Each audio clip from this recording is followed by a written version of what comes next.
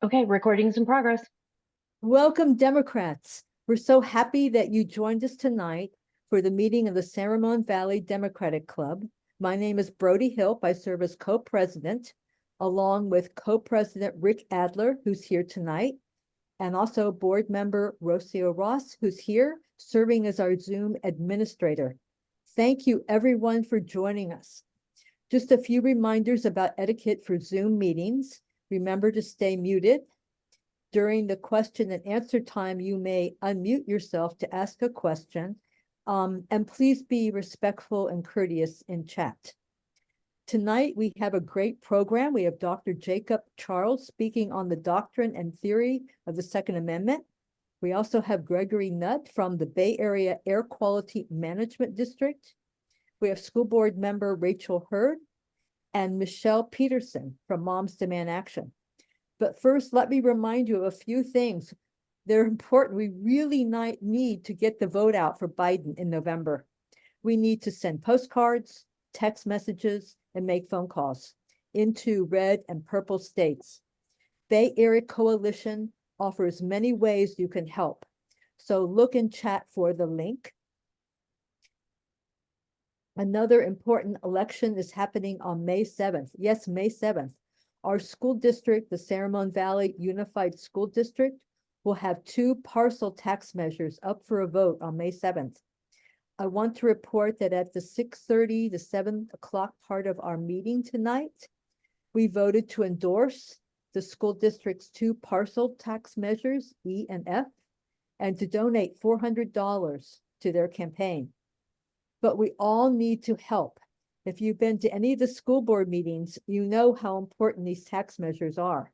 Our district's current funding source that supports our local schools with $6.8 million a year is set to expire in 2025.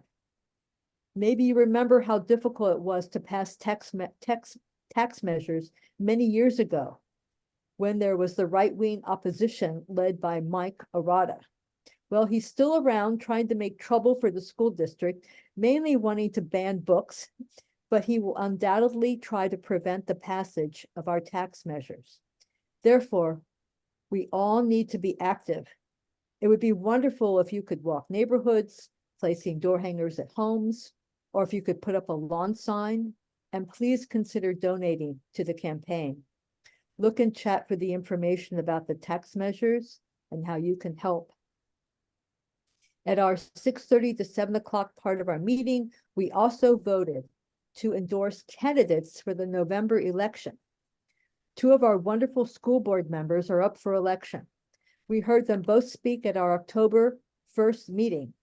As a club, we voted to endorse board member Shelley Clark and board member Laura Bratt. Now for our wonderful speakers, Co-President Rick Adler, I turn the meeting over to you. Thanks so much, Brodie. It's a pleasure for me to introduce our first guest, Dr. Jacob Charles, and he is a professor at Pepperdine University. Specifically, he's a professor at the Caruso School of Law at beautiful Pepperdine. I don't know if you've ever been there, but talk about having, being a professor at a beautiful university. Pepperdine is nestled in the foothills of the Santa Monica Mountains with a majestic view of the Pacific Ocean. The professor's primary research interests include the legal regulation of state and private violence, Second Amendment doctrine and theory, and the place of guns in the criminal legal system. Professor Charles graduated magna cum laude from Duke Law School, where he remains an affiliated scholar. During law school, he served as an editor for the Duke Law Journal.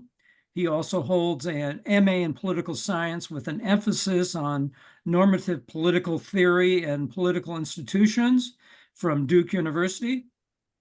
And prior to law school, Professor Charles also earned an MA degree in theology and philosophy from Biola University, which is in Miranda, California, Southern California, and a bachelor's degree in criminology, law, sociology, psychology, from the University of California in Irvine. It's my distinct pleasure to welcome Professor Charles to San Ramon Valley Democratic Club. Well, thank you so much. I'm really happy to be here and for the chance to chat with all of you. I'm passionate about what's going on with the Second Amendment and what the Supreme Court's doing and how California is responding and what courts are doing with that legislation. And I'm hopeful that we can have a fun discussion and that if you have questions along the way, feel free to chime in, either to chat or later on, I think there's going to be a Q&A. So my goal is to talk for a little bit of time, but again, if there's questions you want to jump in with via chat, I can try to field those on the fly. So I'm coming to this discussion as a constitutional law scholar. I'm not an empirical researcher, and so while I'm familiar with some of the research about gun laws, I'm primarily an expert on the legal side. So I'll touch on a couple of different aspects of what's going on specifically with court doctrine, but I can also touch on legislation as well. So first, just to kind of set the scene a little bit, I think it's important when we talk about the problem of gun violence in America today, we're clear on the way that gun violence shows up in the real world. And so there are generally 4 types of buckets that we sort gun violence into. There's mass shootings, which capture public attention and are devastating for communities and individuals. But in terms of number of people shot and killed, they tend to be the smallest category of gun violence. The next category that we put gun violence into is domestic violence or intimate partner violence, where guns are used not just to hurt and kill intimate partners or children, but also to threaten and intimidate and coerce them. And then there's the bucket of what's often called community gun violence or urban gun violence. And this is the gun violence that's primarily happening in our cities around the country. And this is one of the largest buckets of interpersonal gun violence that's happening today. And then there's what is actually the numerically largest category of people who are killed each year with firearms, and that's firearm suicide. And so when we think about what gun violence is, there are really at least 4 different buckets of gun violence. And that's important because when we think about what kind of interventions might help to decrease the violence in each of those spheres, different kinds of laws might be helpful to decrease firearm suicide versus decreasing mass shooting. And similarly, some laws are going to be more clearly constitutional, dealing with certain types of gun violence than they might be when dealing with other types of gun violence. So I don't have to emphasize to this crowd in particular what a massive toll gun violence takes on our society. About 48,000 people were killed with guns last year. About 100,000 people are injured and not killed with guns. And thousands and hundreds of thousands and perhaps millions of more people are terrorized or intimidated or fearful to go places, schools, malls, synagogues, churches, for fear of gun violence. And it's no secret that the United States exceeds most other industrialized countries in the level of gun violence that we have here. And we also surpass every other country in the number of firearms in private civilian hands. There's about 400 million firearms in civilian hands today, so more firearms than there are people in the United States. Okay, so that's kind of the backdrop for this discussion of why we might want to regulate guns and how the Supreme Court's doctrine on that intersects with why we might want to regulate firearms. So let me then turn to the Second Amendment. It's the elephant in the room of any discussion over gun violence, but that's really only a recent development. So the Second Amendment, as part of the Bill of Rights to the Constitution, was ratified in 1791, and it laid dormant, did absolutely no work in federal constitutional law for 217 years.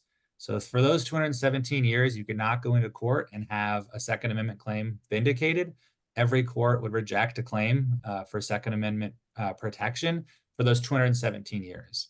It wasn't until 2008, in a case called District of Columbia versus Heller, that the Supreme Court first said the Second Amendment protects a right to a handgun for protection in your home that's unconnected to any militia right. So the Second Amendment itself says a well-regulated militia being necessary to the security of a free state, the right of the people to keep and bear arms shall not be infringed. And for most of our history, what courts and many commentators thought was that the Second Amendment was The second clause was tied to the first clause, that there had to be some relationship between your right to own weapons and your participation in collective defense in a militia in order to secure protection. The Supreme Court severed those two clauses in 2008. And that was not an isolated decision. There had been decades of advocacy both kind of in state legislatures and in Congress, but also in courts and through research with law review articles sprouting up, some of them directly sponsored by the NRA itself. And the push was kind of across all of these lanes to have courts change what had been to that time a fairly settled, although not unanimous, interpretation that the Second Amendment didn't give you an individual right unconnected to service in a militia to have weapons for self-defense. Even though many states under their own state constitutions did provide this kind of protection. So that movement really picked up in the late 1970s. The NRA, which had been, for a lot of its history, it was founded in the late 1800s, had been an organization that was dedicated to marksmanship and hosting shooting competitions, but had not been very active in lobbying or advocacy. But in the late 70s, that changed. And so we saw this concerted effort to get a different kind of court recognition for a Second Amendment right. And it's funny because often I tell my students that it wasn't until 2008 that we actually had a claim that you could go into court and vindicate under the Second Amendment. And it's really surprising given the fact that for all the other individual rights that we have, not just in the Bill of Rights, but in the 14th Amendment and beyond, lots of those rights started to be vindicated, if not soon after, at least fairly soon after they were ratified. And the Second Amendment lagged behind. And it was really came of age in an era when courts were already giving great credence to constitutional claims. So that's 2008. The Supreme Court announces this new right. And what happens is now lower courts are left to figure out, now, what do we do with all of these challenges to a whole bunch of different kind of laws that we just have never had before? And so just like we categorize different kinds of gun violence, we also categorize different types of gun laws, and particularly the types of laws that were challenged in the aftermath of the decision. So there are what we call who regulations, regulations on who can possess weapons. Federal law has 9 different categories of people who are prohibited from possessing firearms. They include things like common categories of people with felony convictions can't possess firearms, people who've been involuntarily committed to a mental institution, unlawful drug users, people who are in the country unlawfully, domestic violence, people that are subject to domestic violence restraining orders. So these are the who regulations on who can possess weapons. Then there are the what regulations, and that category includes things like assault weapon bans or bans on large capacity magazine, all the way to bans on things like butterfly knives or nunchucks. So that's the what category. And then there's the where category, and that's the category that includes prohibitions on bringing guns to particular places like courthouses or schools or college campuses, as well as prohibitions on carrying firearms in public without a license or without a certain type of license. So those are a couple of the categories. And then, of course, there's a whole bunch of variety of regulations that don't fall neatly into one of those buckets. So what courts started doing when they were entertaining challenges to this whole new set of laws is they relied on the way they adjudicated other constitutional rights. So in the First Amendment context, for example, if you go into court and say that some government official violated your free speech rights, what the court does is it asks 2 questions. First, it asks a question about whether or not the Constitution, the scope of the free speech clause, even covers your conduct. There are some things that may seem like speech to us, but are just not covered by the First Amendment. So securities fraud can be accompanied through speech, but it just doesn't fall under the concept of the freedom of speech. So that's the first question. But if a court decides that your conduct is within the scope of the constitutional guarantee, then it asks questions about the strength of the government's interest in regulating. Why is the government regulating in this space? And about how narrowly tailored the government's regulation is to that interest. Is it serving that interest in the least restrictive way? So it's burdening constitutional rights, sure, but does the government have a pretty strong justification to do so? This is what's often called means-end scrutiny or tiers of scrutiny in constitutional law. And it's a fairly common thing, not just in the First Amendment, but for other individual rights as well. And this is what courts then started using, the lower courts started using for Second Amendment claims. They developed a test that asked they called the two-part framework that asked this question about coverage. Is the conduct within the scope of the Second Amendment? Some things just aren't, like the Supreme Court in Heller suggested that machine guns just are not protected at all. So you don't even have to do the next inquiry. But some things are. So if you want to get a license to carry a gun in public, maybe you have a right to carry a gun in public, but there are things there are interests the government can have that justifies restricting those licenses to people who can show, say, something like a justifiable need to carry a firearm outside the home that's different than what the average community member might want. So courts developed this two-part framework. It operated for a decade and a half, in fact, all the way until the summer of 2022. In fact, the day before the Supreme Court handed down the Dobbs decision, it handed down a pretty consequential Second Amendment decision called New York State Rifle and Pistol Association versus Bruin. And in that case, the court was reviewing a New York State concealed carry licensing law that's very similar to what California had in place at the time. And that law said that an individual, in order to get a license to carry a handgun in public, had to show some kind of special need for self-defense that was different than the community at large, that was different than everybody else. So this was called a proper cause requirement. And what the Supreme Court said in Bruin is that's unconstitutional, because you cannot restrict the licenses to carry in public to somebody who has a special need that's different than everybody else. Instead, everybody who meets objective criteria, so non-discretionary criteria, like they did training requirements or they passed a background check, those people have to be granted a license to carry a firearm in public.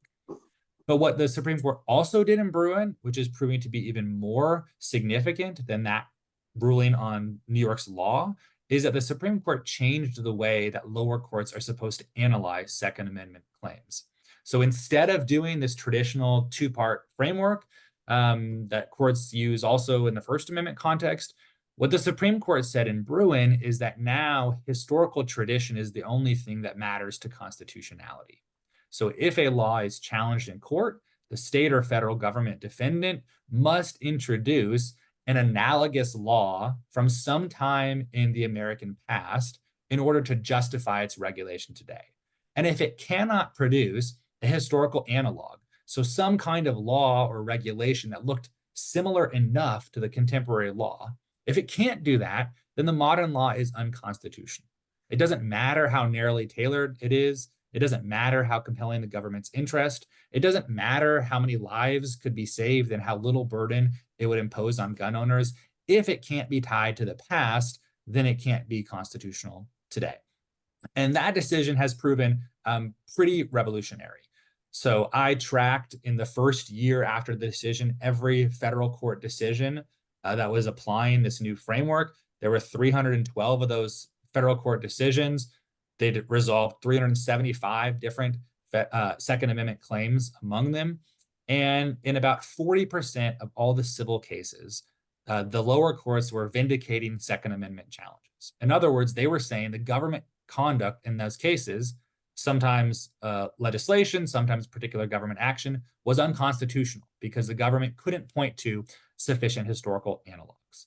By contrast, in the criminal cases where someone who was facing a criminal conviction or was facing a criminal charge claimed a Second Amendment violation, only 3% of those kind of claims prevailed. And among the types of claims that had the most success, about 60% of the challenges to age restrictions were successful, where courts were saying that violates the Second Amendment. This is things like requiring a person who wants to get a public carry permit to be 21 instead of 18, or saying that if you want to purchase a firearm, you need to be 21 instead of 18. Courts were saying those laws are now unconstitutional because we didn't restrict those kind of weapons to teenagers in the late 1800s or early 1800s or late 1800s. And the other kind of category that was seeing a lot of success was these challenges to sensitive place laws, laws that restricted guns from places like public parks or schools, or zoos or hospitals or medical centers more generally. So in about a little over 50% of the cases that challenged those kind of sensitive place restrictions, courts also said, you know what, we don't see any historical analog here, therefore the government can't regulate today. So that's kind of a broad overview of what courts are doing. Where it is right now is that currently there's been about 19 federal court of appeals decisions on Second Amendment claims. So that is that's the highest level of court you can get to in the federal system before the Supreme Court. And these courts are all over the place. They are expressly saying how unclear Bruin's test is. And many of the judges are saying that it makes no sense to tie contemporary authority to pass gun laws to whatever happened in the 1790s or perhaps up to the time of the 14th Amendment in the 1860s. And nonetheless, they're stuck with this test, at least for now.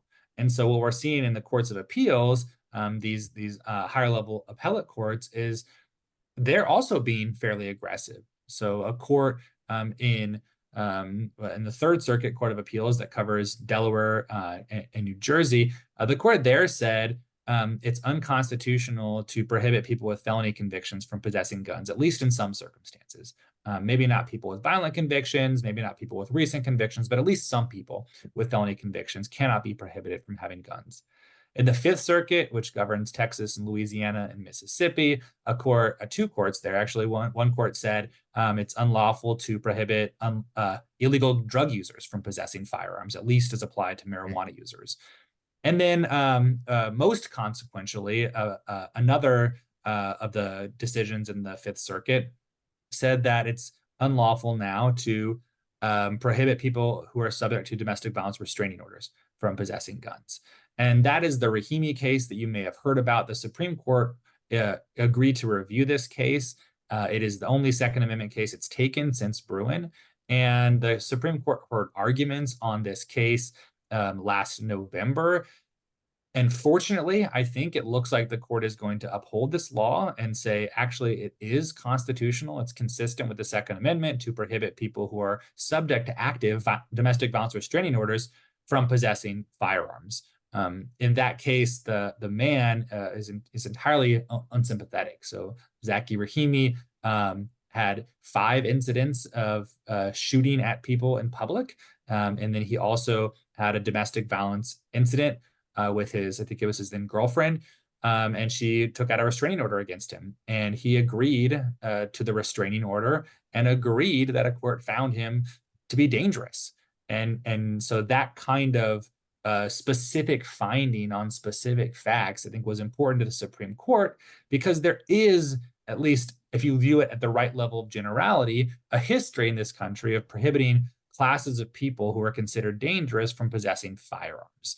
So that might be the way the Supreme Court goes, to say, look, Zaki Rahimi is a dangerous person. There is a tradition of disarming dangerous people, and so he can be disarmed consistent with the Second Amendment. But I think the fact that the Fifth Circuit even got there is an indication of some of the problems with the Supreme Court's test. If you think about domestic violence, you wouldn't be surprised to look at American history and think, yes, I wouldn't expect to find restrictions on firearm possession by domestic abusers in the late 1700s.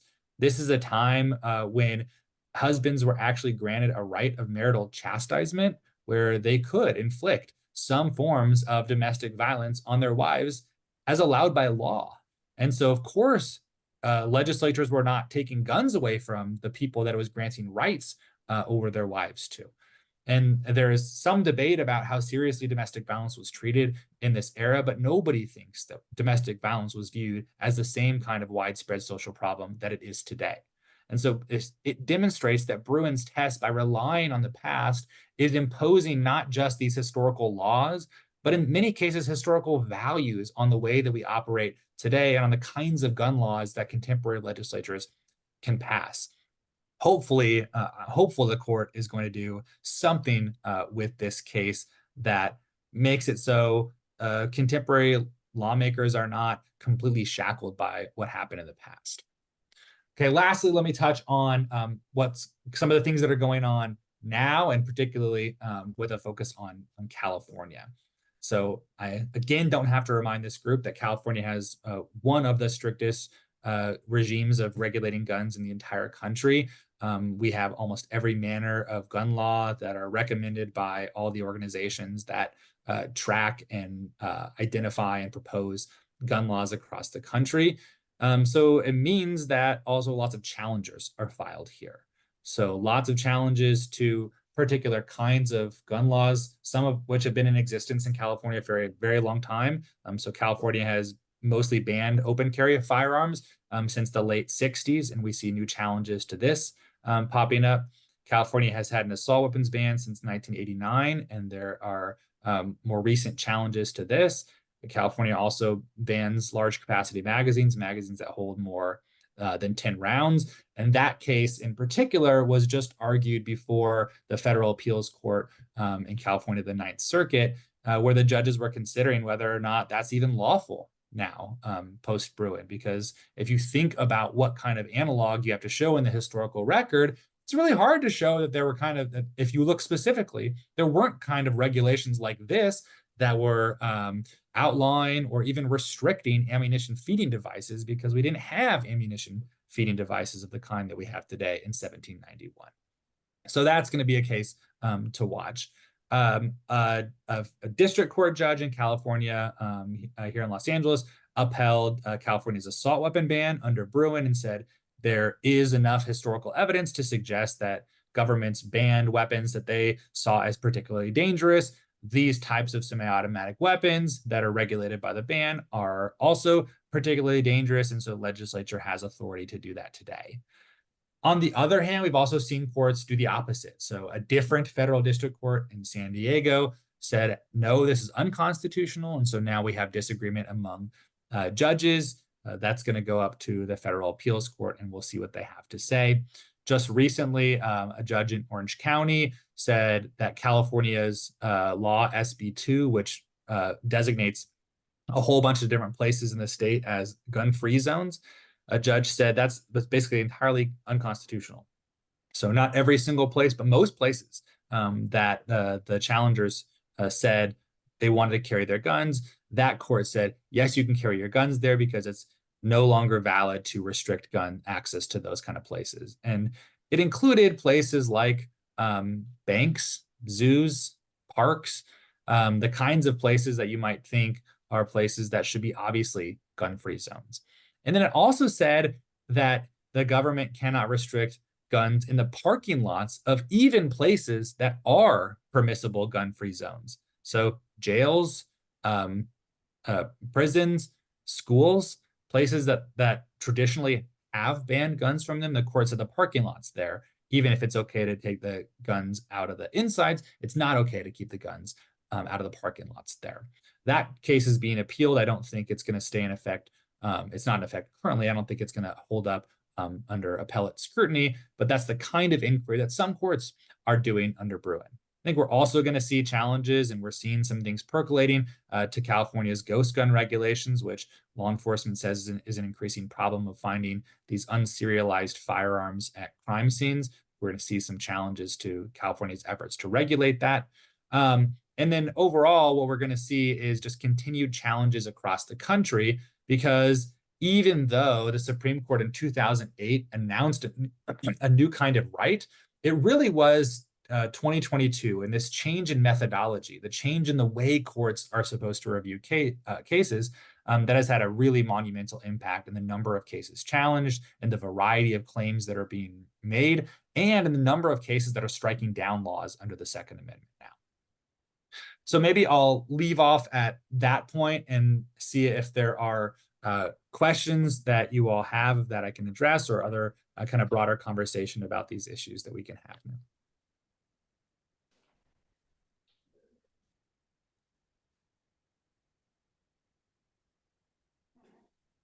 Thank you so much. That was really tremendous.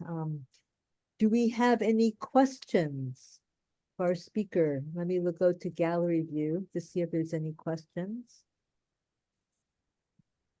Yes, we have one question I see from Ray Mariella. Go ahead. Yes. Thank you, Professor. I enjoyed the the descriptions. One thing I didn't hear you mention was that if you look back in history, the main reason that the slave states demanded the right to bear arms and have white terrorist militias was because there was a rebellion some years before the United States Constitutional Convention called the Stoneham Rebellion, where blacks seized arms and killed white slave owners. And that's my recollection of the main reason that the slave states wanted that, because they felt, probably justifiably, that if the slaves started a revolution against the whites, the northern states would not help the southern slave owners. So, so that's part of history too.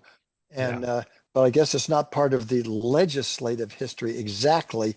But if you look at what was discussed by the slave state representatives, it was part of why the Second Amendment was included. Yeah, I think this is a great point, and kind of it brings up two things. One of which is, does accurate history matter? Right. So the Supreme Court has said you have to look to history in order to interpret the Second Amendment, and a lot of historians think that the way the Supreme Court and other lower courts are interpreting gun history and gun regulation is anachronistic, is not consistent with the history. The notion that you're raising here, there's some debate among historians. So there are some really good historians. Carl Bogus wrote a book called Madison's Militia that makes exactly this argument. Yep. Carol Anderson has a book called The Second that does something very similar.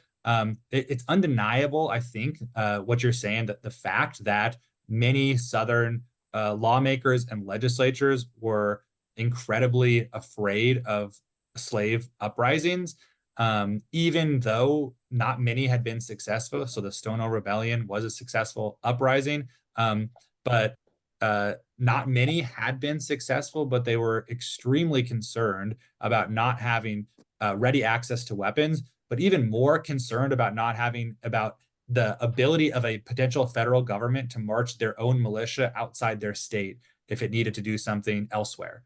And so they wanted to make sure that their militia, which doubled as the slave patrol in many places in the South, could remain there, right? And could remain armed, even though there was a strong federal government. So I think that's an undeniable strand of why we have the Second Amendment. To what extent that's the exclusive strand versus there is evidence that there were other considerations, like there were legitimate fears at the time that a standing army of professionals and not of volunteer, or at least of not people who are part-time militia and part-time citizens, there was a fear that giving too much power into the hands of those people would lead directly to a tyrannical government, to someone who was in charge of the military, using that military and the people. And so there was felt to be a need for individuals to have weapons so they could check the power of a tyrannical government, and so it wouldn't get to that level of a tyrannical government. So that, I think, is one strand also, but certainly the historical record supports the notion that fear of slave uprisings and the felt need to keep dominion over Black Americans was certainly part of the story too. Thank you. Thank you. Rick, do you have a question? Yeah, I do. I want to also thank your friend Joseph Blocker from Duke for recommending you to speak. That was our benefit. You know, you have a long you've looked at American history as far as the Second Amendment, and it's just amazing. We have such a great country, but I mean, to me, this is like the Achilles heel of our country, of this gun violence. How do you see out of the situation where, you know, we've got so many, I mean, we lose, you know, a middle-sized town every year with gun violence. Are we looking at a combination maybe of a different Supreme Court as it transitions, hopefully, or are we looking at Congress to, you know, get another assault weapon ban? How do you see that we can improve the situation that we are in? Yeah. So I think legal change is obviously important and can do a lot to decrease the violence and the threats and intimidation and coercion. I also think that there's broader social and cultural change that's necessary. For all of the time, or at least for decades after the NRA became incredibly active as a lobbying organization, it essentially had no counterweight. There was essentially no gun violence prevention movement for decades after the NRA was formed. And the NRA was described as the most important lobbying organization in American history, because it could get its will done without any lobbyist organizations on the other side, without any advocates on the other side. It's really been only the last about 10 to 12 years, after the Columbine shooting, we started to see some movement in terms of gun violence control organizations. But it really was the Sandy Hook shooting in 2012 that really facilitated the rise of a movement that is now rivaling the NRA in terms of political power. So I think it's going to be that kind of cultural and social changes that are necessary. Whether or not they're like sufficient to change the trajectory is another matter. And then I think if you also think about what are the barriers to change, they're not entirely the Second Amendment. So the Second Amendment would allow a lot of things that we don't currently have. It would allow, I think on anyone's understanding, background checks that are required at every point of sale of a firearm. That happens in California, but it's not required under federal law. So-called universal background checks, or closing the gun show loophole. Congress could tomorrow enact a law that closes the gun show loophole and requires background checks on every firearm transfer. And it doesn't do that. And it doesn't do that for a lot of reasons, including the lack of political power for gun violence prevention activists. And then at the state level, there are just a lot of state laws that are not constitutionally mandated that restrict the ability of gun violence prevention efforts. There are things called preemption laws in 44 states that disallow any localities from enacting gun laws that are more strict than the state. So that means in places like Tennessee, if Memphis or Nashville would enact stricter gun laws, which they would if they were allowed to, they just can't, because the state has come in and said, you can't pass any local ordinances that would make gun laws stricter than the state would make them. So those preemption laws are stopping probably more gun laws than the Second Amendment is. Same thing with the ways that states are expanding their right to carry firearms in public. The Supreme Court in Bruin said it's okay to require a license for this. But now we see states go into what they're calling constitutional carry, which is really permitless carry. They're getting rid of any permit requirement for someone to carry guns in public. So those things are kind of separate than the constitutional question. Like the Constitution is not the barrier to change in those areas. Political, social, and cultural change, I think, is what's gonna actually take to do more effort than we have seen. Thank you. Thank you. Ellis, you have a question? Yes, very interesting talk. But I have to wonder, has the NRA been wounded? I know LaPierre had to quit because they found out that he was grifting, and there seems to be quite a bit of it in the NRA. Has the NRA been recently weakened by all of this litigation against the organization? Yes, I think definitely the NRA has less power today than it did even just a few years ago. So it is not the advocacy, lobbying, fundraising juggernaut that it used to be. And even many gun rights proponents are no longer fans of the NRA. Some of them because of the fraud and corruption that was exposed during trial and that had been kind of percolating for years even before that. But some of them, strange as it might seem, think the NRA has been too accommodating in terms of legislation. So there are now rivalrous gun rights organizations, some of which call themselves the no compromise alternative to the NRA, because they take even a more hardline understanding. I think that there's been a proliferation of these kind of grassroots organizations and the other organizations that take an even harder line. I do think that's still a minority, even of gun owners who are what you might call like hardliners or extremists that think any kind of gun law is unconstitutional and we shouldn't have any kind of restrictions whatsoever. There are absolutists out there. I encounter them not infrequently, but I think they're a minority. And the fact that the NRA is not as powerful as it was because it was this long-standing legacy organization, that's still having a big effect. Thank you. Mute yourself, Alice.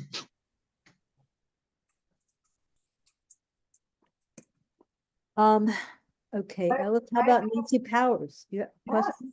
Hi. Sorry. I'm another member of this board. I have three things on my mind. Well, I'll just say what they are, and you can put them in whatever order you'd like. One is the which I haven't followed, the Mexico lawsuit against. Did you know? Okay, so Yes. that's one. I'd like to know what's going on there. And the second one is there's an effort to go around you can't sue the gun manufacturers. Yes.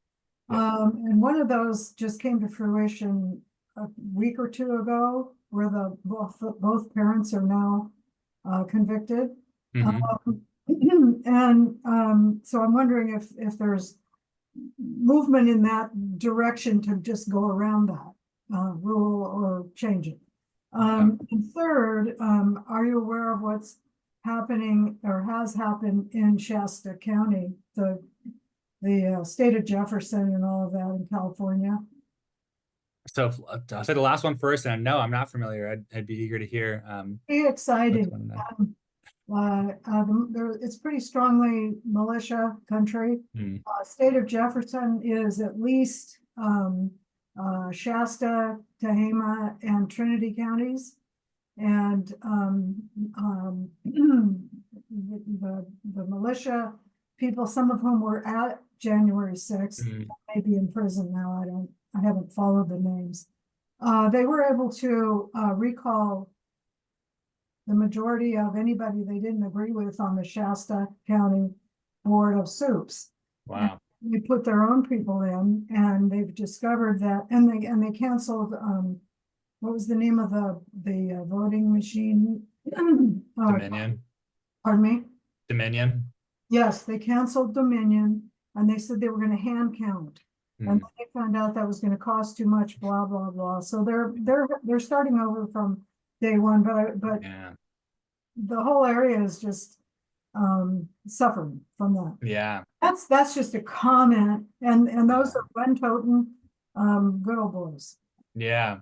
Well, I mean, it is similar to what we've seen in some other states that have like red parts of other blue states where counties have declared themselves Second Amendment sanctuaries and said they're not going to implement any state gun laws. Some red states have done this with respect to federal gun laws and said they're not going to support that. So I think that's something that we're going to continue seeing. On the other 2 points, so the prosecution of the parents, these are the Crumbly parents who were the parents of the mass shooter at Oxford High School. And that case, I'm not a criminal law scholar, and it turned a lot on the criminal law responsibilities of the parents there. But I do think the fact that those prosecutions were successful might mean that there's an incentive for prosecutors to look at the parents in other situations of mass violence, because especially we know school shootings, in many of those cases, the shooters are getting access to the firearms from their parents, or at least from the home, even if the parents don't know about it. These facts were particularly egregious, I think. So the parents, he had told his parents he was hearing voices. They had bought him the weapon as like a birthday present, like days after he has talked about these voices.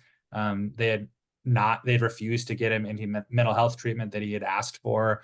They went to school on the day of the shooting because he had drawn a picture on his math sheet of someone with a gun shooting somebody else and then bleeding on the floor and said, "Help me." So they had met with the counselor the very day at school and decided they weren't going to take him out of school that day. And then an hour later was when the shooting happened. So I think the facts there are pretty stark, that you don't see that kind of level of responsibility in every other case. But I do think hopefully it's a signal to parents whose kids might be troubled that they should make sure that their weapons are locked up if they do have their weapons. But also that prosecutors might be looking more carefully at parental responsibility in light of that. And then the first one about the Mexico lawsuit, and this one I think directly relates more to the point about the gun industry immunity. So there's a federal law called the Protection of Lawful Commerce in Arms Act, PLACA, that provides that gun industry actors, so gun makers or gun sellers, they can't be sued for tort claims when the third party causes the harm. And this is a kind of immunity that's pretty rare. The federal government doesn't provide this kind of immunity for nearly anybody else. It provides it for some vaccine manufacturers, but also provides a compensation system for victims who are harmed. No kind of alternative compensation victim for gun violence survivors.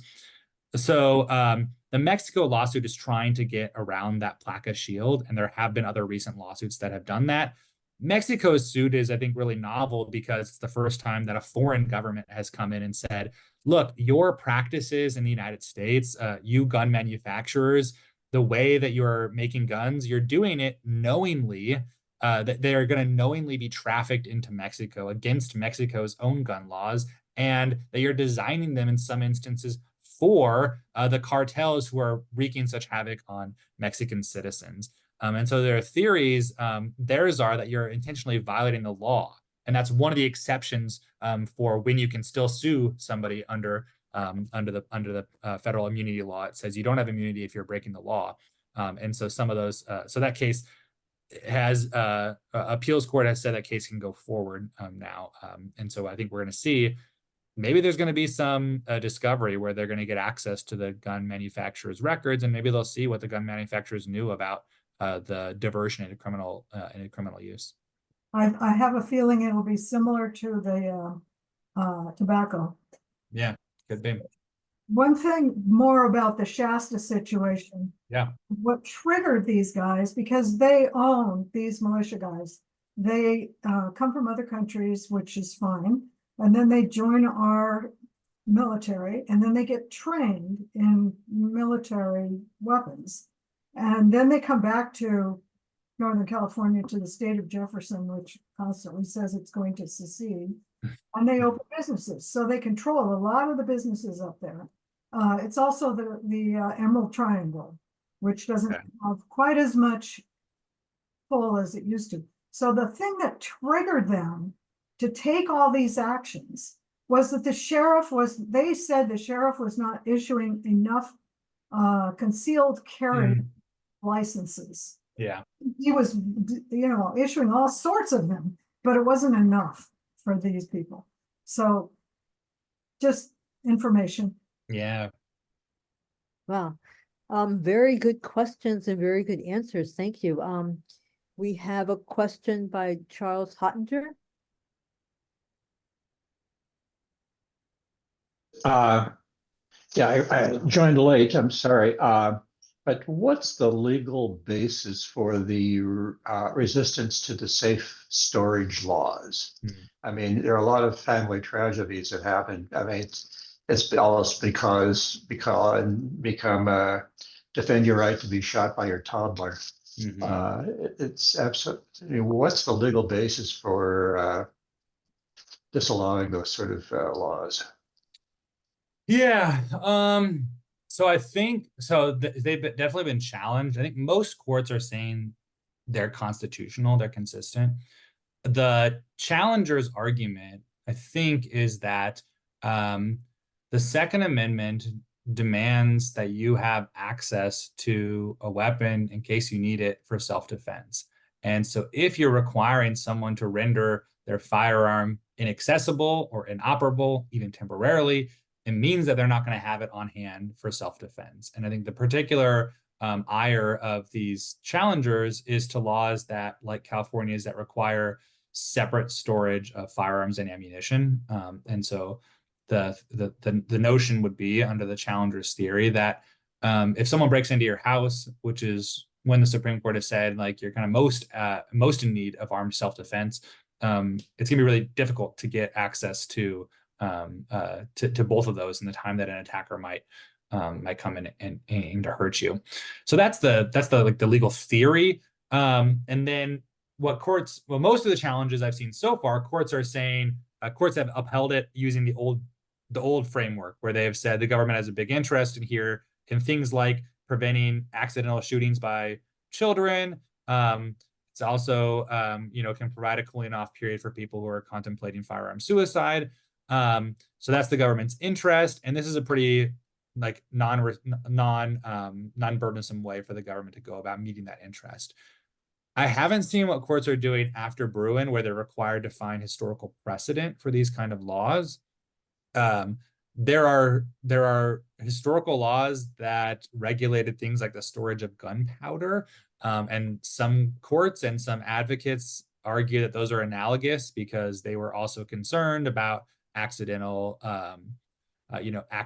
harm resulting from activity with respect to guns, and they were more burdensome because if you didn't have access to your gunpowder, then you also wouldn't be able to discharge your weapon. So those are kind of the analogies that are being made. But I think those are, from the perspective of somebody who cares about gun violence, those are like, like, why do we care about gunpowder regulations? Like, we care about people getting killed by their toddler, like you say. And so I think that the court should be looking at those types of questions and not the questions of like, what did we do in the 18th century when we didn't have these kind of concerns? Okay, thank you. Thank you. Michelle, do you, you put a question in chat or some information. Do you want to tell us about the Gun Owners of America? Are you there, Michelle? Yeah, I was just dropping in some articles that people might find interesting in relation to what Mr. Charles was talking to. So Gun Owners of America is basically filling the void that the NRA is losing or leaving. So that's a good article about that organization from The Guardian. And then in reference to PLACA that Mr. Charles was also discussing, which is the Protection of Lawful Commerce in Arms Act that our Congress gives to the gun industry, gives them basically immunity so they can't be sued like tobacco and car manufacturers can be. Like he was saying, the only industry that is given that kind of blanket protection. It's just an article about PLACA, and the way to change it is we got to vote these people out who are protecting the gun industry, period. Because it's not going to change. We can't repeal immunity until we get, I think it's correct me if I'm wrong, Mr. Charles, but it isn't a 3/4 majority in Congress. Don't we need 2/3 to be able to change that or repeal that? I think you just change it with a pure majority. Yeah. Okay. Anyway, so I was just dropping some reading information for anyone who might be interested in following along with what Mr. Charles was talking about. Well, Michelle, you've been really active in Moms Demand Action. Do you want to say something about that right now? I know you're going to talk later, but just let us know about it. Yeah. So our organization is the antithesis to the NRA. One of those groups and we don't like to call ourselves gun control. We actually like to say gun safety. We're one of the many organizations like Giffords, Brady, Moms Demand Action, March for Our Lives, who are fighting the toll of gun violence in all its forms in our country every day. We're a national organization made up entirely of volunteers. We have chapters represented in every single state, and within each chapter we have groups, of which I am the leader of our local Greater Mount Diablo Moms Demand Action regional group. And I'll put more information in, and I'll give you guys my email and also how you can become more involved. But the things that we work on a national level, really Mr. Charles was speaking to, we want to repeal PLACA. We want broader waiting periods. In California, we have a 10-day waiting period. We believe the minimum standard should be a 72-hour waiting period across this country. We think raising the minimum legal age would be a really good idea for helping prevent some of the horrific shootings that happen in this country. We support an assault weapons ban. We support universal background checks. We support stopping permitless carry in all its forms. What the NRA has been trying to do that our group has successfully blocked up until now is permitless carry that basically crosses, it has no state line. So the gun lobby, the NRA, Gun Owners of America, they think that if you have a permit to carry, you should be able to carry it across every state, regardless of what their gun laws say. And we've been able to successfully block that, but now with Bruin, we're worried that we might lose that fight. And then we're huge advocates, as Mr. Hottinger was talking about, with safe storage, universal safe storage. And I'll just add that in California, we are actually working to, right now in Congress, within our state, working to amend our Universal Safe Storage Act, which would mean right now in the state of California, anyone who owns a gun under the age of 18 is required to lock their gun, like Mr. Charles said, separate from ammunition, so a child cannot access it. What we're looking to do is change that so it covers every household that owns that where there's a gun present, regardless if there's a child in the home or not. So you can watch for that in legislative actions that we're taking this year. And I'll talk a little bit more of some of our other legislative priorities when I get the floor. Yes, thank you. You're welcome. Well, Charles, we really enjoyed your informative talk. We've learned a lot. And we're thank you so much for being here and sharing with us. Thank you for having me. It was a pleasure to talk to you. Okay. Bye. Bye-bye. Our next speaker is Gregory Nudd, who is the Deputy District Officer of Science and Policy of the Bay Area Air Quality Control Management District. Mr. Nudd previously worked as an environmental engineer at the EPA Region 9 for 5 years. He began his career at the Texas Commission on Environmental Quality. He worked there for 16 years in a variety of engineering, management, information technology positions. He earned a BA and an MS in mechanical engineering from the University of Texas at Austin, where he specialized in energy studies. Thank you, Mr. Nudd, for being here tonight. Thank you, Ms. Hilp. And tonight I'm going to talk about our recent victory over the refineries regarding our Regulation 6.5. And if someone could let me share some slides, that would be great. Yes, Rosso, can you make him co-host? Yeah, I am trying to do that. Doesn't look like I can. Can you hover over his name, Brodie? It doesn't give me that option. Oh, I found it. Make co-host. There you go. Okay, that should work. You should be able to share slides. Thanks. Let's try this. All right. So can folks see that? Yeah. Oh, okay. Yeah. Here we go. All right. Let me go ahead and start this. All right. I'm having a little bit of technical difficulty myself. That's fine. It's big enough. Okay, great. So I'm going to talk about settlement of the Rule 6.5 lawsuit. Rule 6.5 was adopted by the Air District in 2021. It's the most stringent emissions limit in the country for particulate matter, and particulate matter from fluid catalytic cracking units. Now, fluid catalytic cracking units, for those of you who may not be familiar with refineries, are the devices that break down the heavier organic liquids into gasoline and diesel. And these particular units, there's usually no more than one at a refinery. They account for over half of the particulate matter at a typical refinery. So this rule was adopted as part of the Air District's implementation of Assembly Bill 617, which is a statute that requires the Air District to reduce emissions in overburdened communities, especially from sources that are subject to cap and trade. So what this rule did is it set an emissions limit for the refinery FCCUs at 0.10 grains per dry standard cubic feet. Like I said before, the most stringent rule in the country. That meant a 70% reduction from Chevron's FCCU and 80% reduction from Martinez Refining Company's FCCU. So let's talk a minute about the health effects of the exposure to particulate matter. Fine particulate matter is the air pollutant that is probably the most health impactful on public health.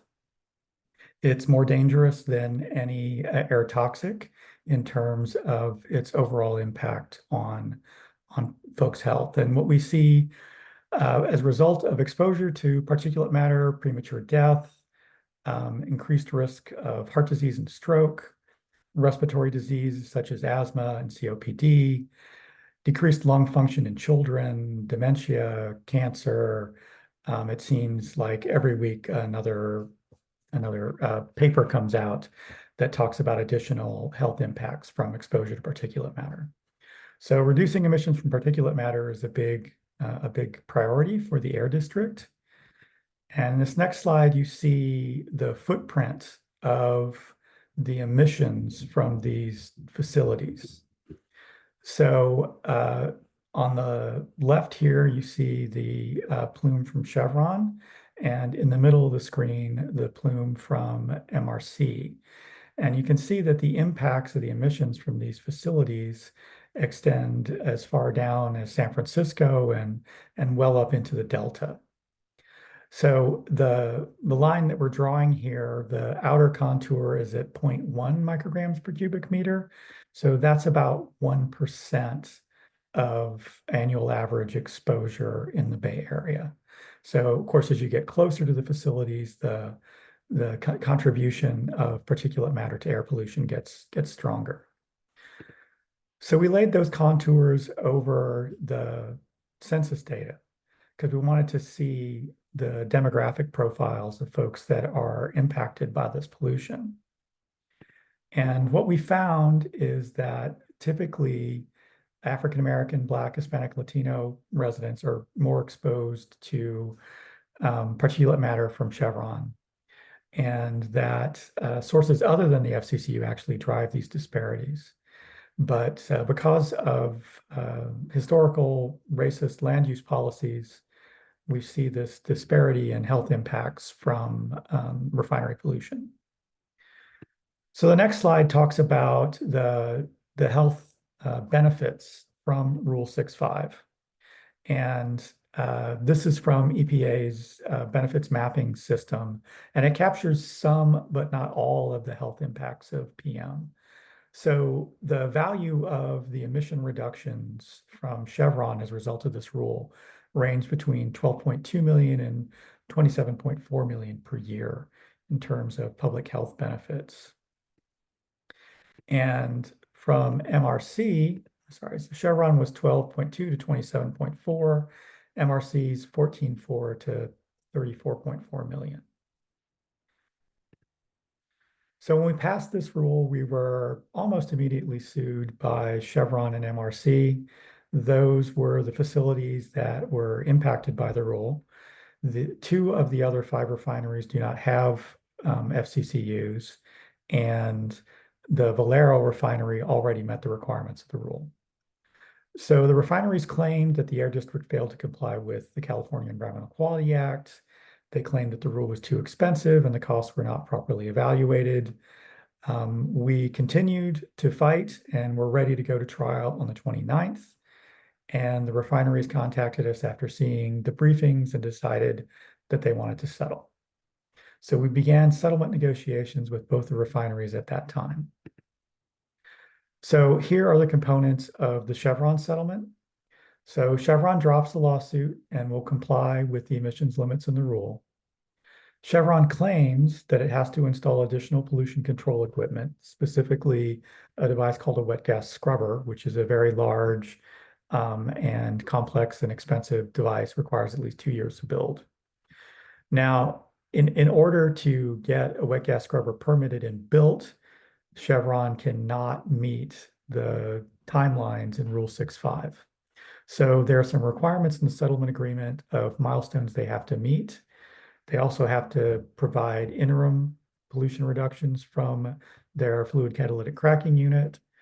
And in addition to partially compensate Richmond and North Richmond and San Pablo for the additional particulate matter that they will be emitting as their result of their failure to comply with this regulation. They have agreed to fund a community air quality fund. to reduce particulate matter emissions and exposure in the areas around the refinery. So there's a $20 million initial payment that can start funding projects immediately, and then an additional $3.5 million per year, every year, until Chevron complies with the regulation. The fines for particulate matter for their failure to comply start at 17 million the year after Chevron fails to comply, and then escalate up to 32 million that fourth year. If Chevron figures out a way to comply by the deadline, they will not have to pay any of these fines, and perhaps will not have to fund the Community Air Quality Fund. So obviously, their district's preference is that Chevron comply with the regulation. But under their claim that they can't comply, we set up this framework for fines to encourage them to comply as quickly as possible. In addition, as part of this package, Chevron agreed to settle another 678 violations that they had at the refinery. So that's a $20 million fine, which I just found out today is going to be wired to the Air District in the next few days. Chevron also must implement a number of measures to reduce pollution from their flaring and to minimize flaring. So these flaring actions in the settlement agreement, we really look at it as a first step for addressing Chevron's flaring, necessary but not sufficient, I would say. And we plan to open up our flare regulation and make that a lot more stringent to address some of the problems we've seen, not just at Chevron, but also at other facilities in the Bay Area, notably recently, Martinez Refining, MRC, owned by PBF Corporation. Now, MRC took a different approach. Martinez Refining Company dropped the lawsuit and will agree to comply with the rule by the compliance deadline. So MRC has found a way to comply without installing a wet gas scrubber, and therefore they will be complying by the rule deadline. What MRC did want to get out of the settlement was they wanted to use an alternative emissions monitoring system, which is something that we had envisioned in the rule. There are a couple of key pollutants that you can measure in the FCCU process that will predict what the PM emissions are. So they did a lot of source testing at their facility and demonstrated that they are very close to meeting the rule requirement right now, and did demonstrate a correlation between these parameters, these pollutant measurements, and particulate matter emissions. So under this scenario, MRC will be able to continuously measure particulate matter by measuring these two other parameters as kind of predictors of those PM emissions. So that is the part of the story on the settlement agreement. My colleague Viet Tran is here with us as well. He's our Deputy Executive Officer of Public Affairs. So happy to answer any questions that you all might have.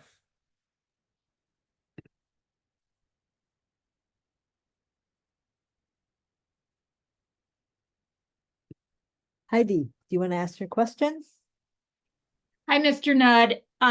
Thank you for being here. If you would go back to slide 4, I have a question about that. I didn't quite understand what you were saying. Okay. I think the Rule 6.5 says 0.01. Is that what it is? Let's see. 0.010 grains per dry standard cubic foot. Okay, are you? That's measured at the smokestack. Okay, so when I look at slide 4, that doesn't mean that that the 0.01 is going to be on the outer edge of that line, and that if it's higher in those brown areas, that's okay. You're saying it has to be 0.01 across the board, correct? There's a difference here. So if you look at the rule requirement, the rule requirement says that when we go and we measure at your smokestack for the FCCU, the emissions limit has to be below 0.10 grains per dry standard cubic foot. Okay. Okay. So slide 4 is a computer model of all of the particulate matter emissions from the refinery, from both of these refineries, before compliance with Rule 6.5. Okay. And so the number here is 0.1 micrograms per cubic meter, as opposed to grains per dry standard cubic foot. So they're not really directly comparable. So you're just, this slide is really just to show us that there is a lot of PM around the refinery site that gets lighter as it drifts with the wind, but that's all going to change now with compliance with 6.5, right? Right. The purpose of this slide was really to show the footprint of the refineries, because a lot of people don't understand that the refineries are not just impacting the local communities like Martinez, right, but that the plumes from the refinery pollution really extend out, and these two plumes cover over 1 million people. Okay, and I think you also said that the refineries are going to be doing well, I'm speaking about MRC specifically, that MRC is going to be doing continuous monitoring to make sure that what they're measuring continues to correlate with the particulate matter emissions. Is that right?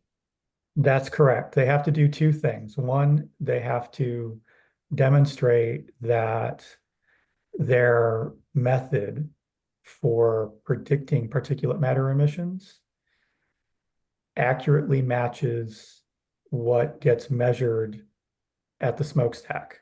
So they've got to prove that out. They've gone part of that way already, and we wouldn't have approved it if we didn't think they could get there. But they've got a whole series of things that they need to do to demonstrate that that equation, that method that they're using to predict emissions, will hold true under all of the operating conditions that they're allowed to operate under at the refinery. And so once they've demonstrated that, they'll be continuously measuring ammonia and sulfur dioxide, and you can use those two measurements to calculate the PM. And they will be doing that on a daily basis? I think those are 5-minute measurements, so it's continuous. Okay, and will the air district be privy to that information? Absolutely, they're required to submit that information to us. Okay, and then my last question is, I was just out at Benicia with all of your fine folks looking at the Benicia Air Monitoring Station, and I noticed that they have a particulate matter monitor there on that station. And I'm just wondering, is it possible for Martinez to get a particulate matter monitor with the Measure X funds? Oh, absolutely. Yes, and we're working on it. Not as quickly as I would like, but we are working on it. Okay, whatever you can do to speed that up, I'm just speaking on behalf of all of us in Martinez, we would appreciate that. I'm doing my best. Thank you so much. Thank you. I think we have a question from Ray Mariella. Thanks for the presentation, Mr. Nudd. One of the things that I find confusing in health-related. You speak louder, Ray? We can barely... I moved my microphone. Sorry, I didn't want to be bashing it as I was moving around. Sorry, thank you, Mr. Nudd. One of the things I find confusing about health-related presentations, particularly when there are mixed units being presented, like 0.1 micrograms per cubic meter versus the concentration of the PM 2.5s, is trying to relate that to Bruce Ames used to call it known risks, like drinking 1 cup of coffee or smoking 1 pack of cigarettes.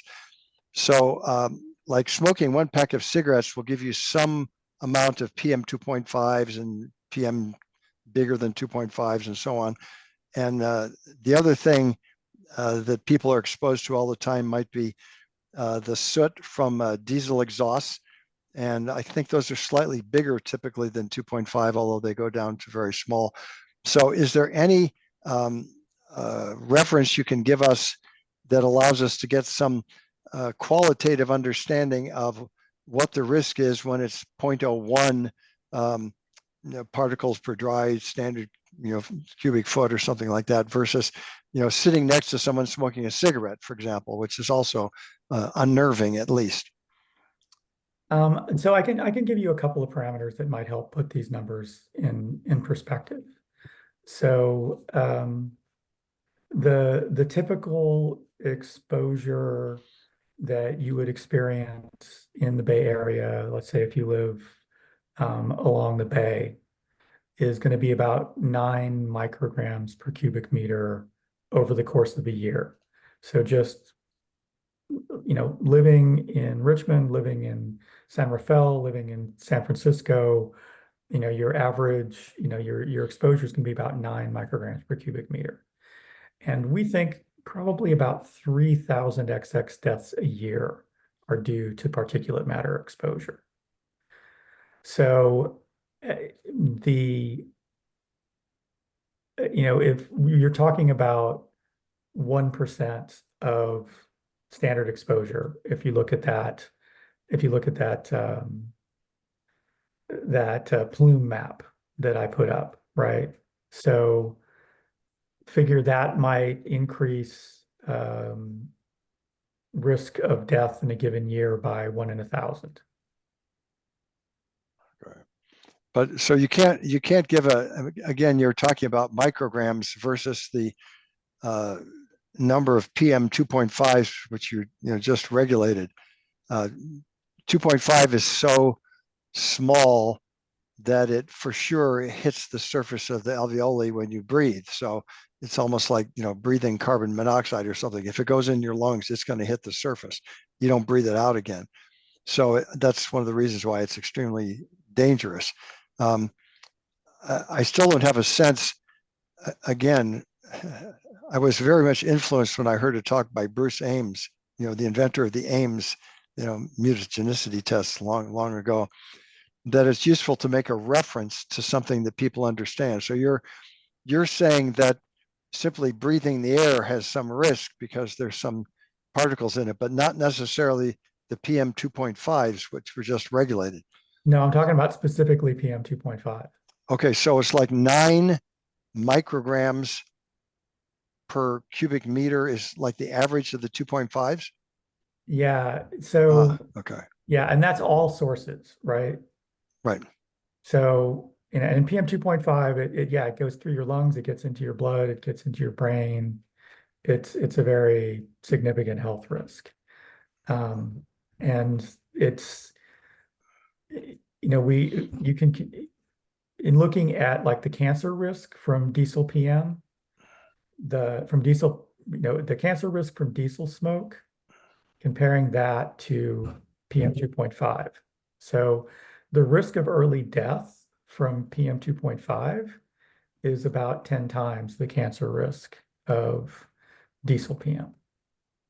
And that's based on the number of diesel trucks driving around in the Bay Area today. Is that what that comes from? No, that's based on kind of a apples to apples comparison, same dosage, right? Okay. So what is there are lots of diesel trucks driving around the Bay Area. So what is their contribution when you say from all sources? Then we might get, 8 or 9 micrograms per cubic meter. Do the diesel trucks contribute 1% of that or 5%? I don't have a sense of where it comes from if it's all sources. Yeah, it's a complex story, and I'm not really prepared to give a good answer to that right now. Okay, I that's my life. I'll shut up. Never mind. I know it's interesting because we do need to be able to tell that story because we are soon, EPA recently lowered the National Ambient Air Quality Standard for PM 2.5. And so we're going to have to look at all the PM 2.5 sources And the big sources are wood smoke, transportation, and industry, right? And so we're going to have to look at all of those sources, and we're going to have to address each one of them. And so being able to explain how all those pieces fit together and map that back to health risk, I think is going to be a really important thing for us to be able to do, and better than I was able to do tonight. So thank you very much for your question. I look forward to my future colleague answers. Viet nodding there. And so we are making note of this, and maybe we'll come back and paint a bigger picture of PM 2.5, that puts this rule into context. Thank you very much. Great. Future questions and future answers. Kathy Petreka, you have a question?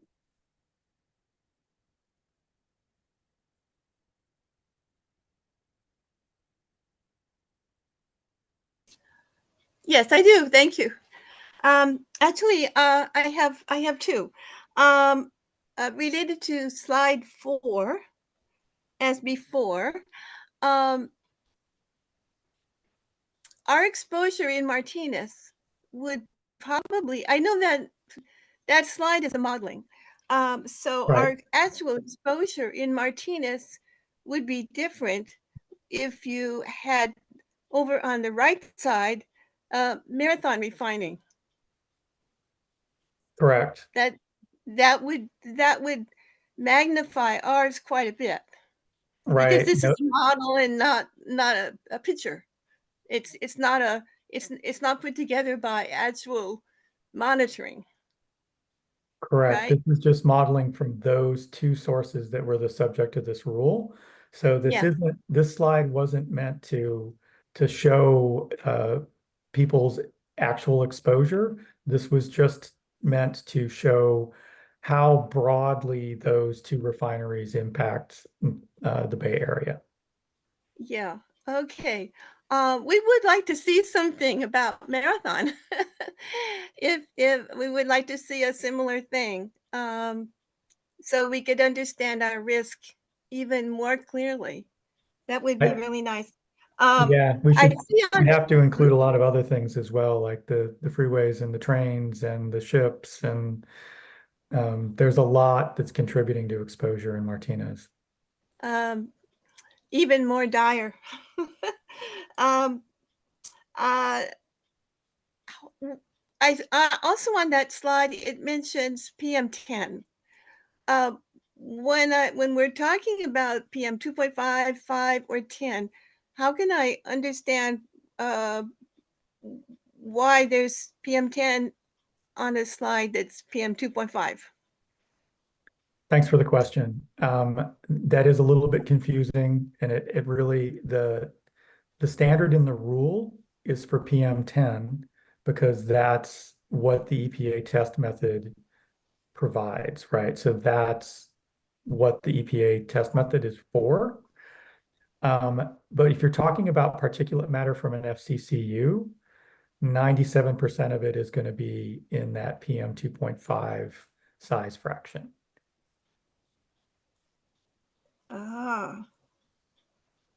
Okay.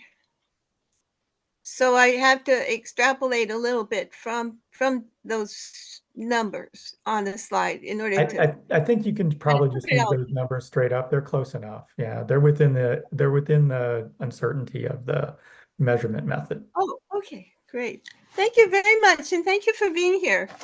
Thank you. We're very encouraged by the new movement. Thank you. Mark, do you have a question?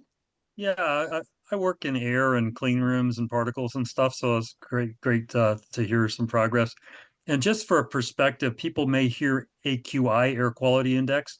For particles, it's now pretty much rated based on 2.5. And I find very useful. I have in my home office a purpleair.com particle counter. It's not a perfect one, but it's good enough for government work or non-government work, I should say. And there's a map of the whole Bay Area. You could click on it, see hundreds of sites anytime you want to look at what the air pollution distribution is. And it was really good during the wildfires to see what's going on. And then historically, a lot of regulations were PM10 because that was easier and common thing to measure. And then they got better at doing the analysis and started figuring out PM 2.5 is more concern. And then they've gravitated, I think, somewhat to PM 2.5. Greg may have a different comment, but that's my impression. Does that sound right? That's about right. Yep. Yeah, and then the fires when we had them here was like, 40 days and 40 nights, roughly 2 years in a row in 2020, 2021. That was like, 100, 200 and things. So it can get really bad from fires and things and smoggy days and things like that, or burning. But so this is one contributor. Now, it's very time dependent. If you have what's called an inversion layer, more may come back down to earth on a calm day, and then you may get or a flaring or something going on.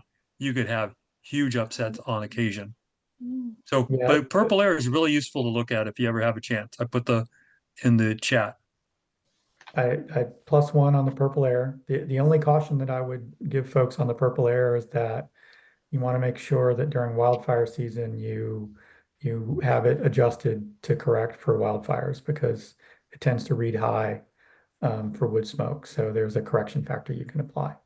Yeah. And thanks for pointing out the inversions. The highest PM 2.5 days we have are in the winter when the air is settled and there's no wind and the ceiling is low. We have that inversion layer and the pollution just builds up and up and up. And that's why wood smoke is a particular problem, because that's also when we have a lot of wood burning. And this is a horrible saying, but the solution to pollution is dilution. That's not the way to go. It's to get rid of the sources. But, on windy days, you have a lot less than on calm days is when you get in more trouble. So, correct. Okay, moving on. I have a question that someone sent to me, so I'm not sure if I understand it correctly.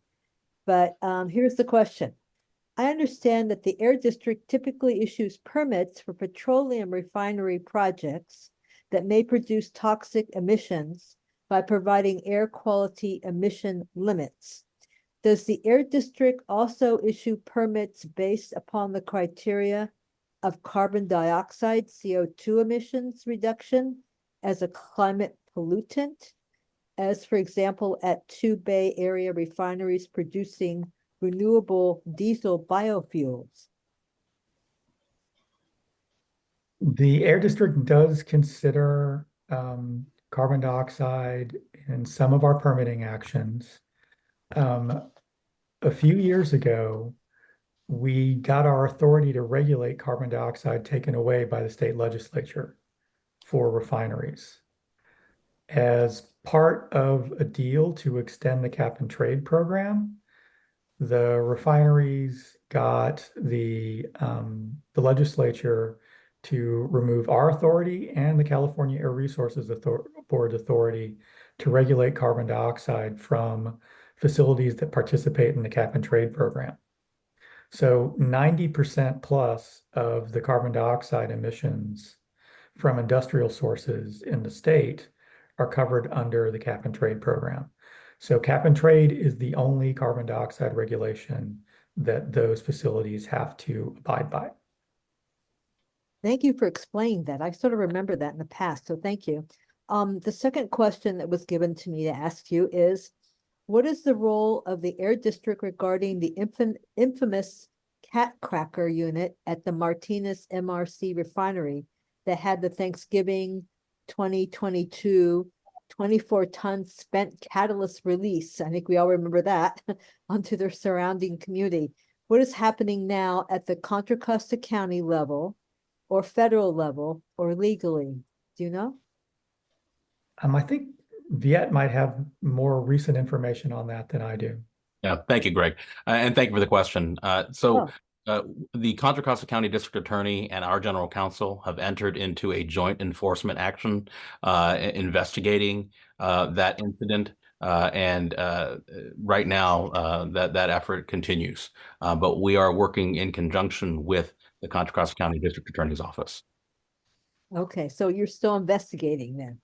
Well, yeah. So it's they're pulling together all the information, and we're seeking a what enforcement actions will follow. But certainly, it's because it's still pending. That's the extent of what we could share with you at this time. But rest assured that we announced that last November. And that both the Air District General Counsel as well as the DA and Contra Costa County, but we believe that this prosecutorial resources certainly joining forces will result, we hope, in some action. Okay, well, thank you. Oh, we have another quick question maybe by Heidi Taylor. Thank you, Viet, for talking about, or Mr. Tran, for talking about that.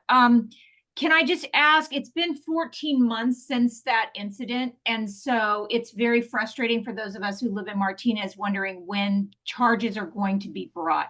And so I know initially the health department suggested a charge for failure to notify, and the second charge was release into a storm drain, I believe. Can you share with us whether or not those charges will be expanded now that Bay Area Air Quality Management District has this joint enforcement? And can you give us some kind of timeline when we can expect a more detailed information? Yeah, thank you for the question, Ms. Taylor. Unfortunately, due to the need for us not to, I mean, quite honestly, it's from a layperson's perspective, we don't want to tip our hand, and tip our hand to Martinez Refining Company and their owner PBF. And so at this point, it has to remain confidential. But in terms of a timeline, certainly I'm happy to follow up with you offline after speaking with our general counsel and seeing if we can get a timeline provided to the public as to this work. Well, thank you, Mr. Viet-Tran and Mr. Gregory Nudd. We really appreciate all your information and for your being here tonight to explain all this to us. So thank you so much for being here. Thank you. We now are going to move on to our third speaker, who is Rachel Hurd. Some of you in the Danville-San Ramon community may already know her. She's been a member of the San Ramon Valley Unified School District's Board of Education since 2006. She is committed to the ideal that public education needs to serve all students. She's worked with 5 superintendents and served as president 4 times. She was recently elected Region 7 director for the whole California School Boards Association, representing the East Bay. Rachel is also active on the San Ramon Valley Council of PTAs. She is assistant director of the grassroots movement Decoding Dyslexia, California, and has played an instrumental role on every measure in the school district has put before voters since 2003, which includes each of the parcel tax measures and the 2012 bond measure. Thank you, Rachel, for being here tonight. Do we have Rachel here? Brodie, I don't see her in the attendees. Oh, I see. Okay. Oh, that's too bad. She was going to explain our tax measures. Brodie, I can speak to it a little bit, and so can Laurie Wolfe. So you guys, I'm wearing several hats tonight. And it doesn't look that there's many people left, but for those of you who are involved in the San Ramon or live in the San Ramon Valley and have schools, and Laurie's holding up a sign that says yes on ENF.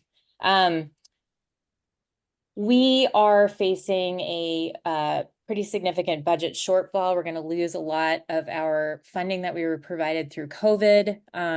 And what this means is that our parcel tax, well, we're in a double whammy here. Our parcel tax, which I believe is like $100 a year or not much more, is set to expire. And we need to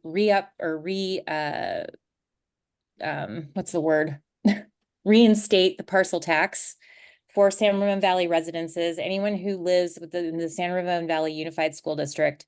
And the second thing we are doing is asking to increase our parcel tax. So there will be 2 measures coming up on your ballot, measures E and measures F. If you value the school district for which San Ramon Valley lives in, we please beg you to vote yes on both those measures. Laurie's going to drop in the chat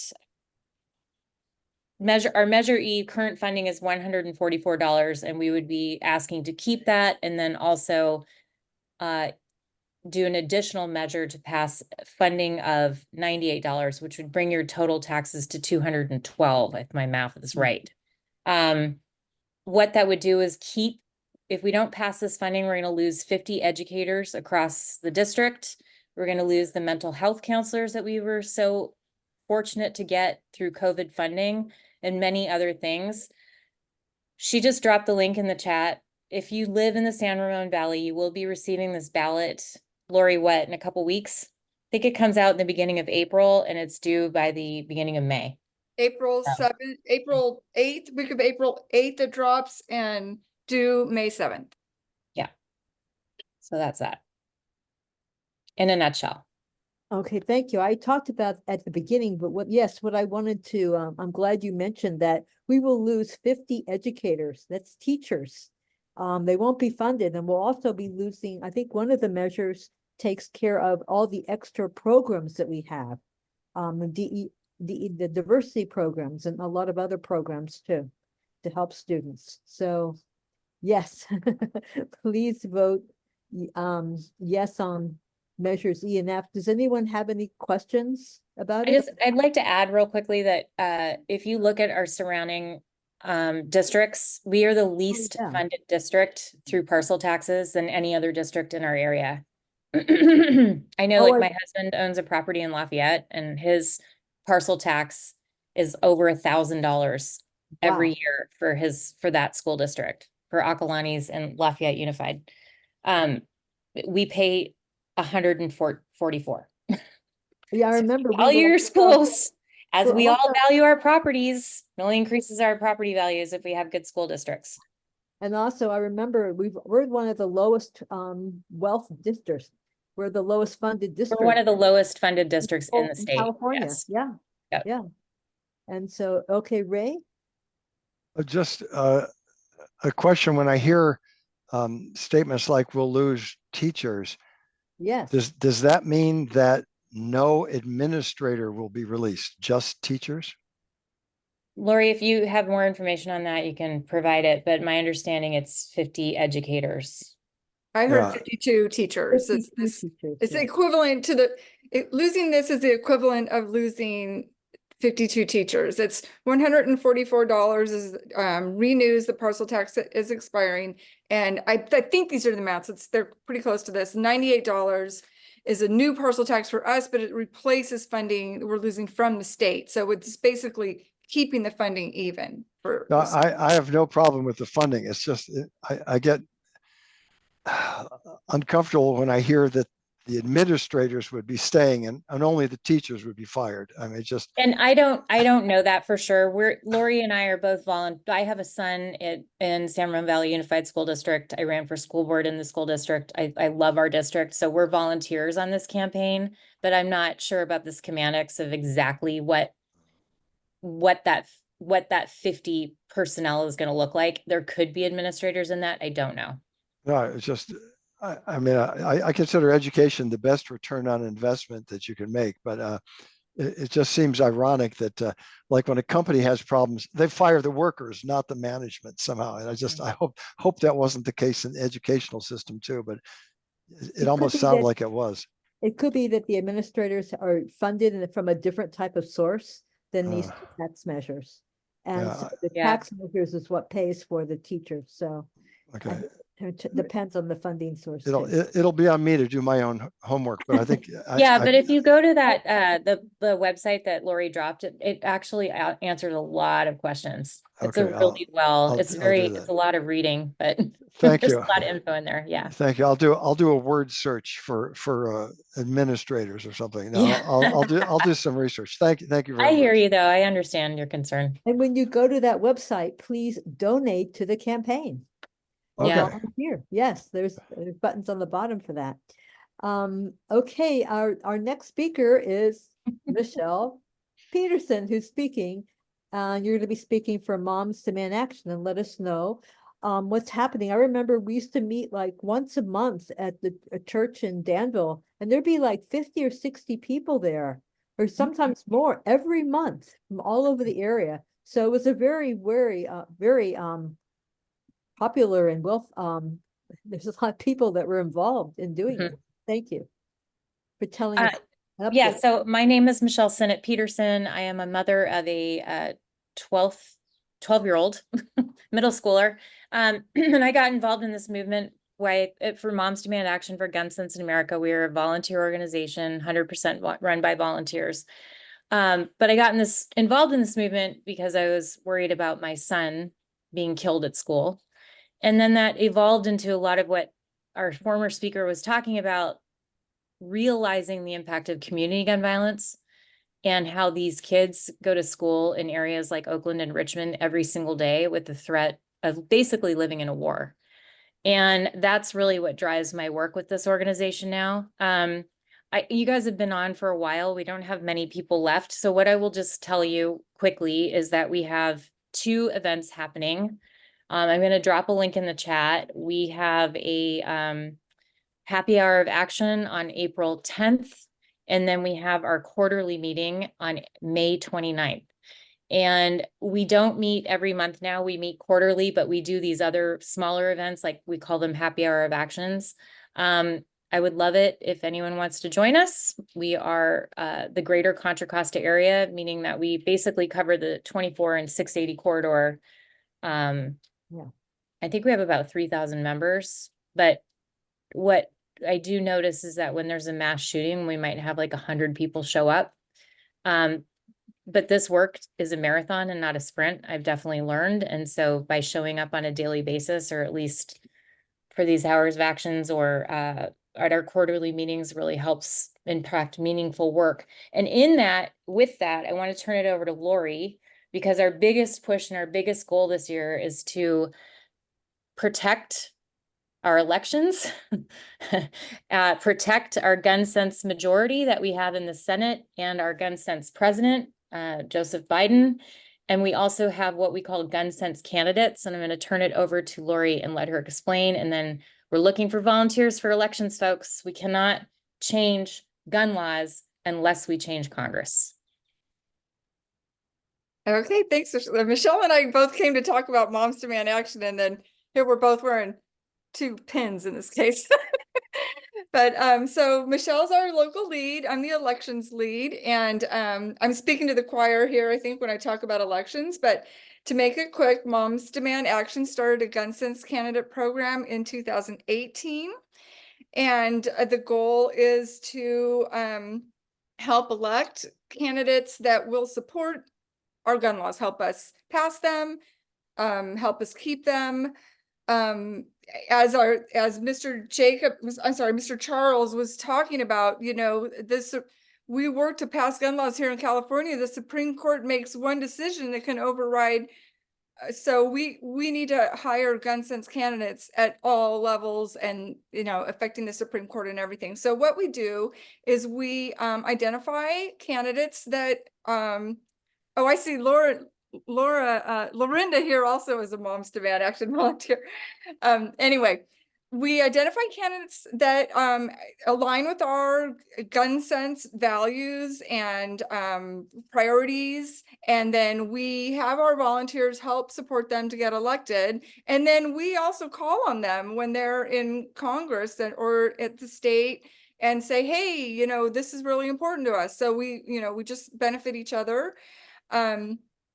So 2 things that people can do. One is, if first of all, we have any state level or federal candidate, we already have them on our radar. But if you know of local gun sense candidate or local candidates you think might want to apply to be a gun sense candidate, you can make sure they're on our radar. You can let Michelle know, or me know, or Brodie know. She knows how to get a hold of us. Just to make sure that they get an application, and then, warn them it'll be coming.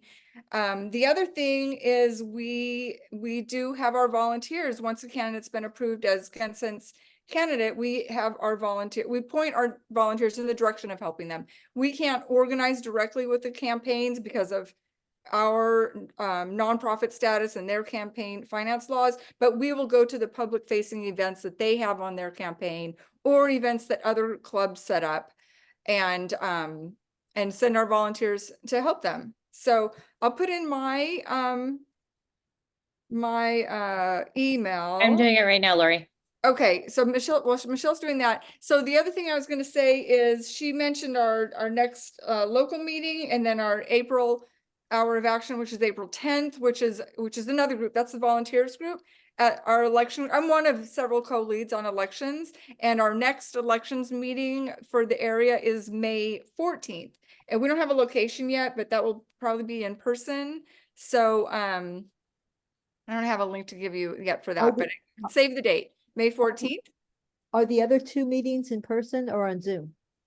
We're trying to do our stuff in person. Actually, our last quarterly meeting was on Zoom, and we had about this actually less participants than we have when we do it in person. And it was a little frustrating for me, the person who is always texting people, when you do it on Zoom, we'll join. And then nobody did. So we're going to go back to in-person meeting. I'm actually looking for a location for that. Oh, okay. Okay, great. Well, thank you. I know I've come to your meetings and really felt I enjoyed them and felt they were really worthwhile. So thank you, Michelle. Thank you, Laurie. Can I say one more thing about, we're pivoting a lot tonight. that was the word of the year, but on ENF, again, Michelle and I, we were here to talk about Mom's Demand, but we're also involved with ENF. Okay, at the website we put earlier, hopefully somebody's canvassed your house and put this on, but they're trying to canvass 4,000 houses. The goal was to finish it by today because spring break starts next week and then the ballots are in. I don't know if they finished that though. So you can probably find out from that website if they still need help. And the other thing is you can also request a sign if you have a visible house to request a sign that says yes on ENF in your yard.